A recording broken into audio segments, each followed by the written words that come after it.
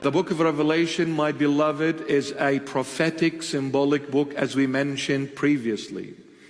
The book of Revelation covers the history of the church and also talks about God's judgment on the entire world. So the book of Revelation talks about the history of the church and also talks about the judgment of God on the godless. The book of Revelation, we divide it into 3 sections. Chapter 1, chapter 2 and 3, and then 4 to 22. Chapter 1 on its own, chapter 2 and 3 on their own, and then chapter 4 to 22, another part on its own. Chapter 1 is the introduction to the entire book of Revelation. Chapter 1 is all introduction to the book of Revelation. Chapter 2 and 3 talks about the history of the beloved Church of Christ and the stages which the church is going to go through. And then chapter 4 to 22 talks about God's judgment and God's wrath upon the entire world. Those who are the unrepented souls, those who have and remain stubborn in rejecting God to enter their life. It is the wrath and the judgment of God on the world, the godless world. My God is the truth. My God is the source of life. So when my God teaches me, all I say, regardless how it comes out, but the essence of it, the foundation of it, the meaning behind it all, it's nothing but love. Because when you are embraced by this love, when you are entrenched by this love, when you are submerged fully in this love, you can only speak the language of love. But sometimes love can also hurt. But the intention is love.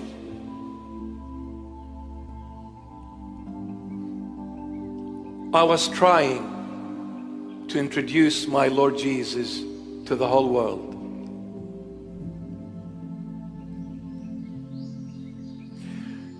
Whatever you believe in, that is your choice. Whatever all of us believe in, this is a choice we make. And whatever choice you have made in your life, you are free to do that, and I respect that. I respect that. I never forget my origin. I come from the Middle East. We lived in a country where we were surrounded by neighbors who were not Christians. And to be more specific, our beloved Muslims. We lived for years together. And I can say this, the neighbors we came to know, the neighbors we came to have a relationship with for years on end, I will never swap them for the world, because they were wonderful, wonderful, wonderful Muslim people.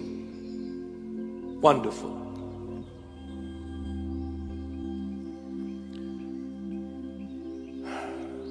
All I know is Jesus Christ of Nazareth. I don't know anyone else. And I don't choose to know anyone else.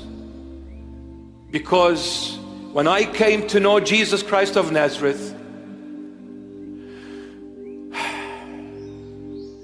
everything I was looking for, everything I was searching for, everything I was desiring, and I was in need of, I found in Jesus Christ of Nazareth.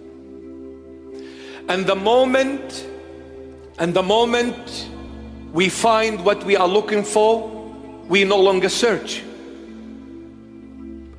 The moment that void, that gap, that emptiness is filled, I don't need to look anywhere else to fill that gap, because there is no more room for nothing else and nobody else.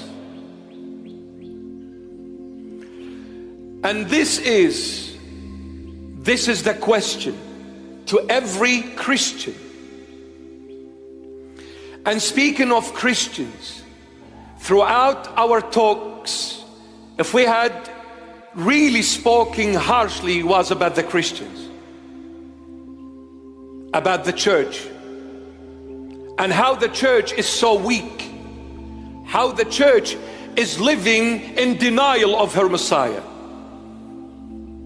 If anything, I spoke the harshest of all about us Christians. And since I spoke about Christians, then I am one of them.